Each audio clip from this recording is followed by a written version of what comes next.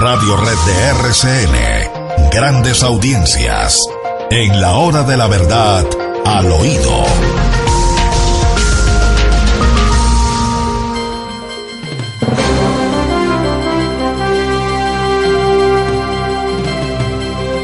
Al oído, William. Bueno, ya estos narcocriminales encabezados por el jefe de Juanpa, Timochenko. Timochenko escribe a los gobernadores para que se comprometan con la paz. La revista Autonomía, que dirige el actual director de gobernadores, que fue ministro de Minas, Amílcar Acosta. Entonces ya en tenemos juventud, a Timochenko. En su juventud, revolucionario en la Universidad de Antioquia. Claro que sí. La acusación que se le hace, y hay quien lo vio, fue que le prendió fuego a la universidad. ¿No le parece? Con unos compañeritos de él. Después tomó otro camino, inclusive el camino del empresariado. Él estuvo en sectores empresariales, estuvimos muy cerca en algunos de ellos, y entonces ahora está en la Federación de Gobernadores sirviendo a los propósitos del gobierno nacional. Esa es la trayectoria de Amílcar Acosta. Pero entonces, ¿qué? Las FARC le dicen a los gobernadores que los tienen que acompañar. Sí, mejor dicho. Y que mejor que los acompañen, porque el que no acompañe se vuelve objetivo militar, más o menos. ¿O no? Pues, doctor, por sabido se calla. Ave María. Estamos en manos de esa gente ya y ellos son los que dirigen esto, porque entre más días pasan, más le entregan a estos piscos. Ayer escuchábamos al canciller Granda de las FARC ya exigiendo públicamente que deben soltar a todos, absolutamente a todos, los presos de las FARC, los criminales de las FARC que se encuentran en las cárceles de Colombia como prerequisito para la firma del gran acuerdo. O sea, pues que hacer lo que ellos han hecho, eso paga, ¿no? Entonces los tipos además, pero ellos no devuelven la plata, ni le devuelven la vida, ni la libertad. Pero es que no tienen plata, según ellos. El mundo está equivocado, ellos son unos pobrecitos, no tienen, salieron a decirlo, ¿no? Es como un chiste. Alguien me hacía una cuentica. Señor. Los ingresos de las FARC por narcotráfico no son menos de 10.000 millones de dólares al año. 10.000 millones de dólares en un año. Son más de 30 billones de pesos. Solo narcotráfico, ¿no? Solo sí. Claro, nos faltarían otras. Sí, señora. Pero déjenlo pues que les queden libres los 30 billones porque para los gasticos menudos, para eso tienen el oro, para eso tienen el contrabando, para eso tienen la extorsión, para eso tienen el secuestro, para eso tienen las demás fuentes de ingreso. 30 billones al año es más que el presupuesto del Ministerio de Defensa para todas las fuerzas militares de Colombia y de policía. ¿Cómo le parece? Y resulta que el Ejército Nacional lo componen 245.000 hombres. Sí, señor. Y entre Armada y Fuerza Aérea y policía, y fuerza, ya se acercan a los 300.000. Y la policía son 150.000. Son 450.000 hombres. Y ahí están los menos de 30 billones de pesos, que es el presupuesto total de las fuerzas militares de Colombia. Entonces, y las FARC tienen 30 billones de pesos para 5 o 6 mil bandidos, de los cuales 2 o 3 mil son niños y niñas. ¿Cómo le parece? Y no les alcanza la plata. No les alcanza la plata, entonces. No les alcanza. Y además les van a hacer una encimita. Les van a dar por 5 años, o mientras dure esta vaina de lo que ellos están organizando, un salario de 1.800.000 pesos. ¿Cómo le parece? Entonces, premiados. Mientras tanto, a los patrulleritos nanaycucas. A los patrulleritos de la policía. Exacto. A los patrulleritos como de la la vaina. Policía. Bueno, a la policía no le pagan, a la policía es que ni siquiera le tienen presupuesto para la salud, William.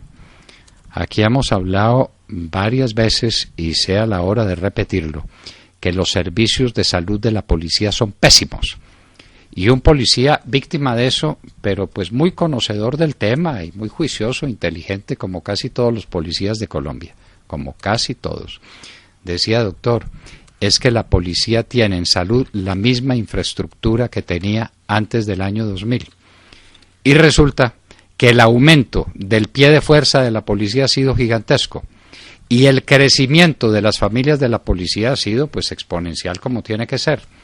Y estamos con la misma infraestructura, los mismos médicos y el mismo presupuesto que teníamos hace 20 años. Así tratan a los policías de Colombia.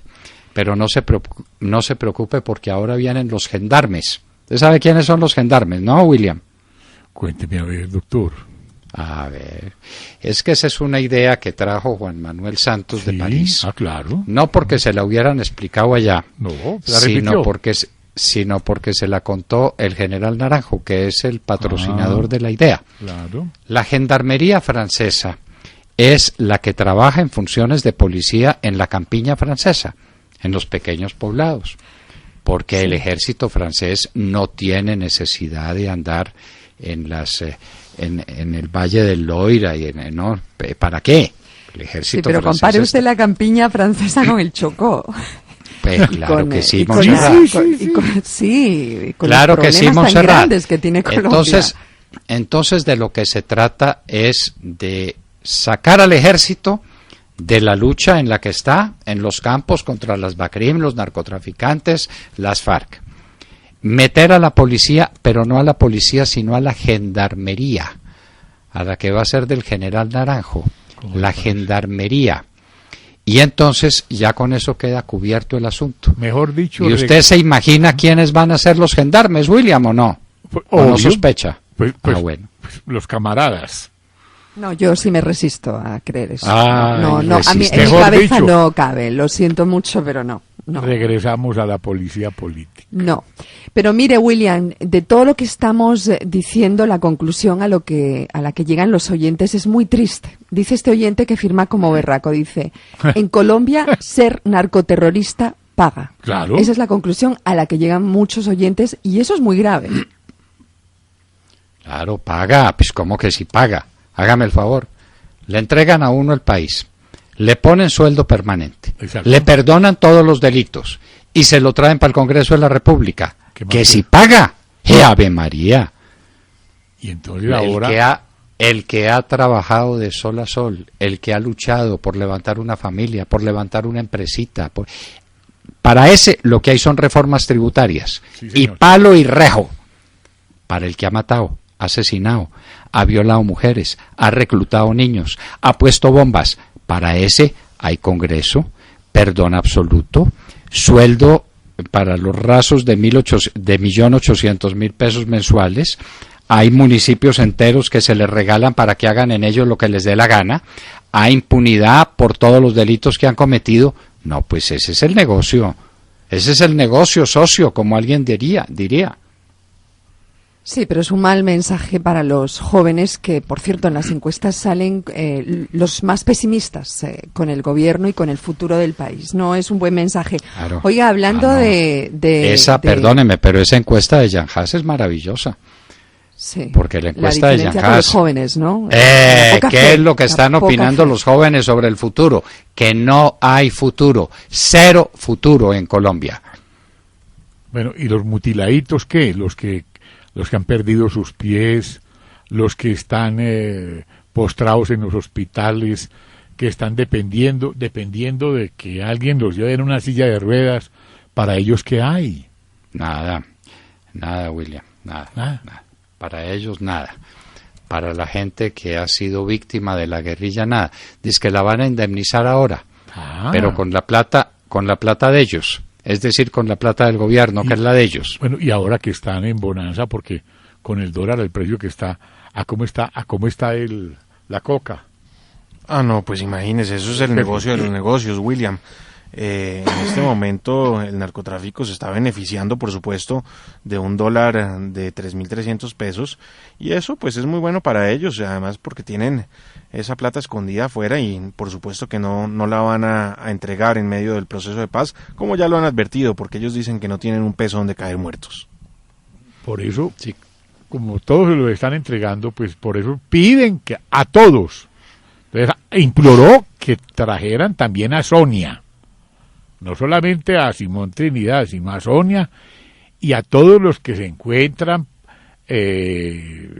presos por el sistema, según el narcoterrorista Granda. Mejor dicho, doctor Londoño, apague y vámonos. Esto está muy... está mejor en onda donde la sequía acabó con la subienda. ¿Se acuerda, doctor, que era una cosa enorme? Sabe María, pues que sí me acuerdo. Que usted pasaba por ahí. Los viudos de pescado que me comí bajo los puentes de Honda. Exacto. Los mejores de mi vida.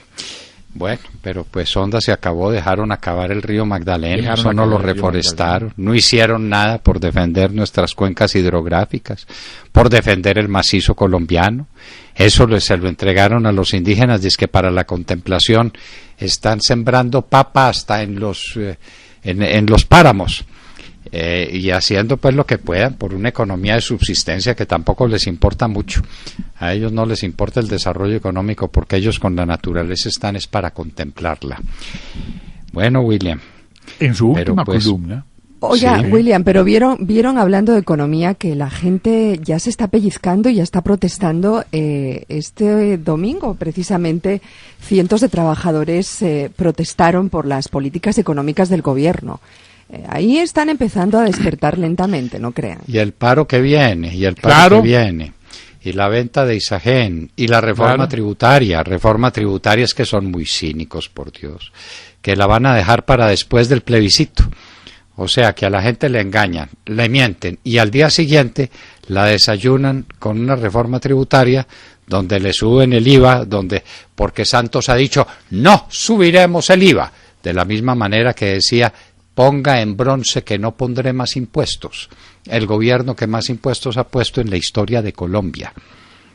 Bueno, pero ese sí. Santos, un mentiroso compulsivo, ¿qué le vamos a hacer?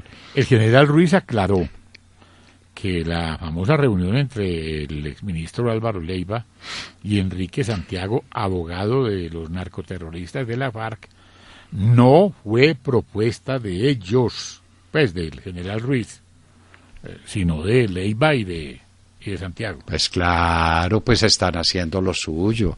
Son las FARC que le están diciendo a los militares, únanse al proceso de paz que para ustedes también hay. Es decir, todos los guerrilleros de las FARC salen a la calle, y ustedes también. Y el general Rito Alejo le salió adelante y les dijo, yo no soy guerrillero, a mí no me van a tratar aquí pues como a cualquier delincuente. De ese tamaño fue el tono y todo, porque hay gente que no se deja. Bueno, William, señor, ahí le tengo la noticia de que el defensor del pueblo, el señor Otálora, está hablando con los medios. Quiero decirle a mis oyentes, con todo respeto, con toda consideración, que en este medio no habla ese sujeto. Una persona que trata a las mujeres como las trata no merece estar en la hora de la verdad, y no va a estar en la hora de la verdad. Y es el defensor del pueblo, el que defiende los derechos de los habitantes ante los abusos. ¿Cómo es posible? Qué vergüenza, oiga, qué vergüenza. Qué cosa tan espantosa. No puede negar las fotografías son un hecho. No las ha negado, dice que no, que eran producto de una relación. Por favor, cuando existen otras denuncias. Con doctor, en sus columnas, ya vamos 15 segundos hablando de este señor del defensor del puesto. Ya con es suficiente. El puesto, William, usted lo ha dicho. El defensor del usted lo ha dicho, el defensor del puesto, no del pueblo. Doctor, en su última columna, usted nos hace unas reflexiones bastante serias y que es bueno que las comentemos hoy aquí, que aparecen en las dos orillas. Con la caída del petróleo vino a saberse todo. Claro, William, porque es que estábamos viviendo un mundo completamente artificial y mentiroso, Sí, señor. donde se decía en todo que como nunca antes. Cuando se cayó el precio del petróleo, descubrimos que no tenemos producción agrícola, que estamos importando todo, que no tenemos producción industrial, que no tenemos crecimiento económico, que todo dependía del petróleo que le dejó organizado el presidente Uribe a Juan Manuel Santos, dicho sea al pasar. Esa es la verdad. Alguien hizo la cuenta de lo que significan los bienes importados en un huevo. ¿Qué es un huevo? Pues un huevo termina siendo la conversión que hace la gallinita, pues muy trabajadora, de lo que se come. Y lo que se come es soya importada, Sí, señor. trigo importado y sobre todo maíz importado. Entonces hacía la cuenta y decía, más del 90% del precio del huevo es importado. ¿Cómo le parece? No. La economía colombiana, tan sana y tan pujante. Y habría que preguntarle al ministro Cárdenas en qué se transportan también esos huevos después, porque como él dice que la gasolina solamente es para los estratos altos, ¿no? Así claro, se transportan es en mula. Sí. Sí. Claro. Ministro es Ave María. A quien cogió por su propia cuenta Carlos Felipe Mejía en el Congreso en pleno, y hizo referencia a lo que desde la hora de la verdad comentamos con toda la tranquilidad, porque este es el único medio independiente que hay en este país, y hizo una cosa pero vehemente, seria, puesta en su sitio, y le dijo que se había escabullido del debate porque no quería que le recordáramos todas las cosas que estaban pasando, que por ejemplo, si a un hermano de Oscar Iván Zuluaga lo cogen contratando como cogieron los contratos de el otro tocarruncho hermano del doctor Cárdenas, ¿cómo sería el escándalo? Dice Carlos Felipe Mejía ante la sesión plenaria del Senado. Y dice muchas cosas, doctor Londoño, que aquí solamente nosotros hemos dicho. A propósito, Por eso, sí. nos escribió una nota muy amable el doctor Diego Tobón Echeverry sobre lo que hablamos aquí el pasado viernes 22 de los Corrientes, haciendo alusión al último almuerzo de los pájaros dormidos, y que aquí en la sesión al oído pues hablamos de manera sustantiva con usted. Porque han quedado en el aire muchas dudas, doctor Londoño. El doctor, hablando del tema de EPM de Medellín, nos dice lo siguiente. Y después de la entrevista con el ingeniero Eduardo Londoño de la Cuesta, gerente de EPM. Jorge Londoño de la Cuesta. Que es un establecimiento público autónomo del orden municipal, creado por la iniciativa del doctor Darío Londoño Villa, surgido del acuerdo legislativo número 5 del 54, cuando estaba suspendido el orden constitucional por el golpe de opinión del 13 de junio y toma del poder por el teniente general Gustavo Rojas Pinilla. El alcalde Londoño Villa aprobó la creación de las Escuelas Públicas de Medellín con fundamento en el estudio y propuesta que hizo ad honorem el profesor de Derecho Administrativo de la Universidad de Antioquia, doctor Diego Tobón Arbeláez, a la sazón del posteriormente elegido doctor Alberto Lleras Camargo, quien lo acogió. Entonces, cuando habló también de las EPM y las CBC, exigió una gestión satisfactoria ante la Asamblea Nacional Constituyente, la cual adoptó como acto legislativo la creación de actos de establecimientos públicos autónomos del orden municipal y departamental, y eso permitió la creación de las empresas públicas y municipales de Medellín y de la Corporación Autónoma Regional del Valle del Cauca, la primera CAR del país, desafortunadamente desnaturalizada al desconocer sus orígenes de autonomía y la fuente de sus recursos para dar entrada a intereses políticos partidistas no necesariamente interesados en el bien común, sin menos repartos burocráticos y contractuales. ¿Por qué el tema, doctor Londoño? Porque subsiste la idea de que las empresas públicas de Medellín se las va a tomar el Consejo de Medellín. Hasta ahí llegan. Hasta ahí llegan, se acaban. Usted en esa lista de personas a quienes se debe la existencia de organismos tan beneméritos como las empresas públicas de Medellín no puede olvidar a Diego Calle Restrepo. Sí, señor. Es que la carta es extensa y ahí, pero no quiero fatigarlos. Él fue, no es para contarla toda. Exacto. Pero él fue el inspirador, él fue el símbolo de las empresas públicas de Medellín y de su significación en la vida de Medellín y de Antioquia. El municipio de Medellín vive de las empresas públicas de Medellín. Sí, señor. Porque es de una rentabilidad enorme. Pero más importante que su rentabilidad económica es su rentabilidad social, que fue un pequeño tema que se olvidó con el caso de Isagen. Sí, señor. A Isagen la vendieron el agua, vendieron el futuro del país. Y entonces ellos dicen que los canadienses estos, que no se sabe quiénes son, se sabe quiénes son, porque ellos administran unos patrimonios y no nos han contado de quién son esos patrimonios, ¿no? Eso sí lo guardan en silencio. Pero aquí nos decía Alejandro Ramírez, a quien de paso felicitamos por la llegada al mundo de su primogénito, una de las mayores emociones que puede tener una persona, la llegada del primogénito y de cualquiera de los hijos. No hay una emoción como esa. Y de los nietos, pues ni se diga. Pues nos decía Alejandro que ellos son dueños de la electrificadora de Boyacá y que no le han metido un peso y que la electrificadora de Boyacá está en unas condiciones tecnológicas deplorables, dan pesar. Y por eso estaban esperando que las empresas públicas de Medellín se pudieran meter al Magdalena Medio para llevar electrificación con las condiciones tecnológicas y de servicio que demuestran las empresas públicas de Medellín donde llegan. Empresas públicas que se han ido adueñando de las empresas que malbarataron en otros lugares del país, como en la CHEC, William. Sí, la CHEC, la Central Hidroeléctrica de Caldas, fue un organismo, una empresa industrial y comercial del Estado, sencillamente para mostrar, ejemplar, maravillosa. Recuerdo la época en la que dirigían la CHEC en Manizales, los Arango Restrepo y la gente significativa de Manizales, toda ella. Sí, señor. Pues eso quedó en manos de los politiqueros y se la robaron, la destrozaron.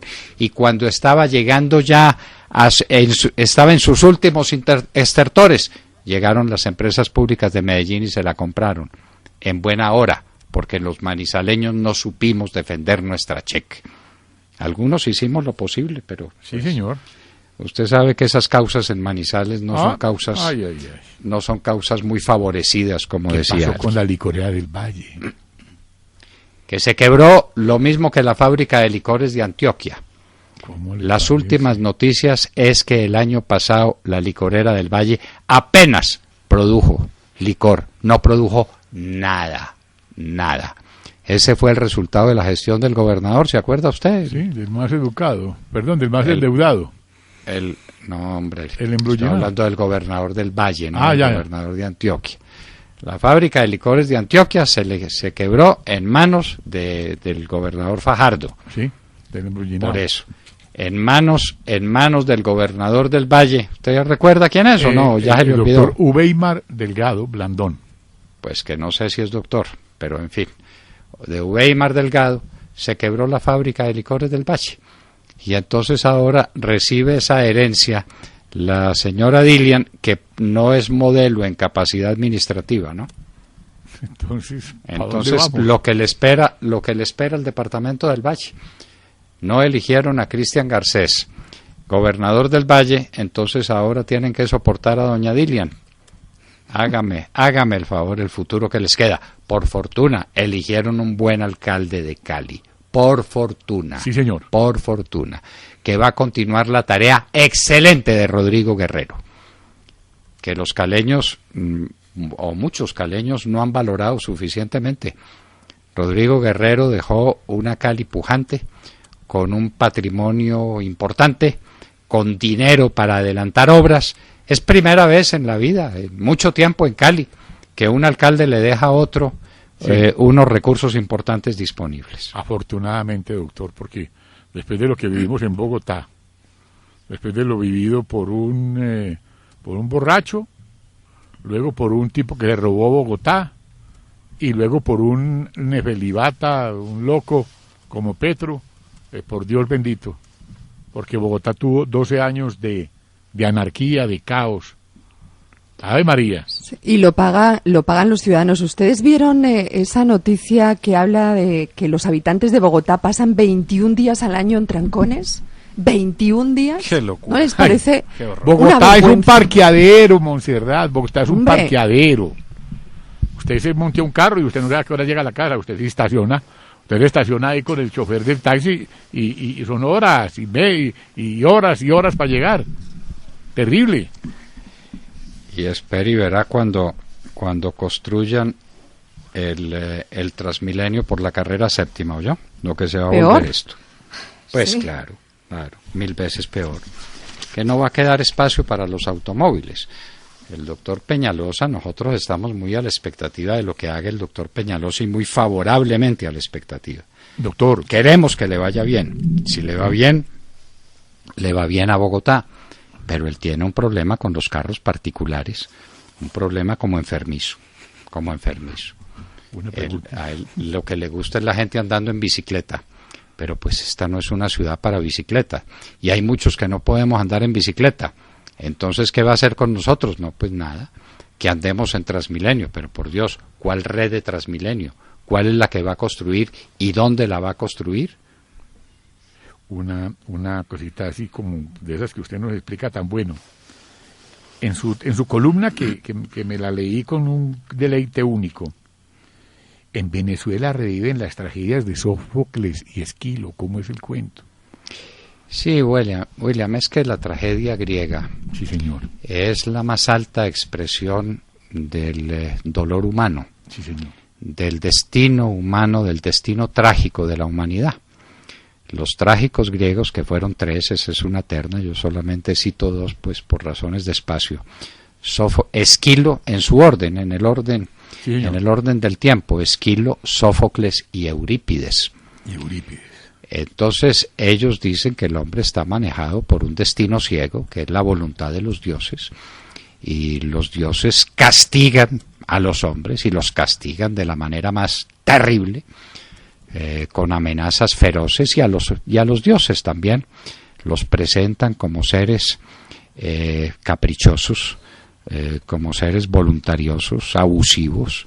Había que ver pues los abusos que cometía Zeus con las mujeres para convertirlas en sus amantes, como a Europa entera se la llevó, y Europa es la hija de Zeus, y como pues a todas las mujeres, a una la embarazó como presentándose como un cisne, y a otra la embarazó presentándose como una lluvia de oro, ¿no? Los dioses eran complicaditos, los dioses griegos, pero hacían lo que querían con el hombre, y el hombre pobrecito tenía que ir a consultarles a sus oráculos y adorarlos y tenerles terror.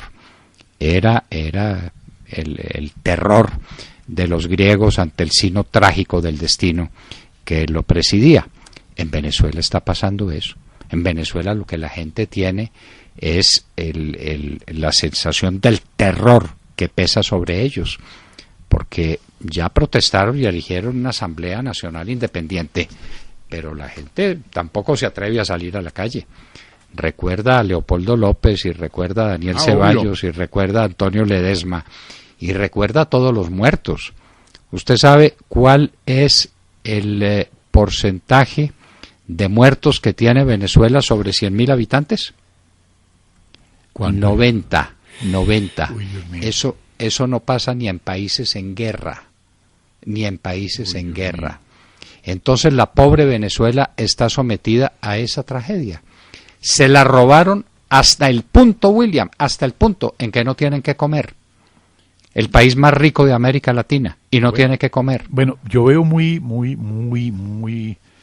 pilosa a la canciller colombiana en Cuba y toda la vaina. Y obviamente con Venezuela. ¿Qué pasó con las gentes que Maduro sacó de Venezuela y que ahora están a la deriva? Porque Están durmiendo en las calles de Cúcuta. Entonces, ¿qué pasó? Como ya no son noticia, como ya los periodistas no van a Cúcuta a preguntar qué es lo que está pasando allá, Entonces, ¿dónde está los Cristo, deportados que es de Cúcuta? Venezuela... ¿Perdón? ¿Dónde está Cristo, que es de Cúcuta? Ay, Dios mío, lo que le importarán sus coterráneos, lo que le importarán.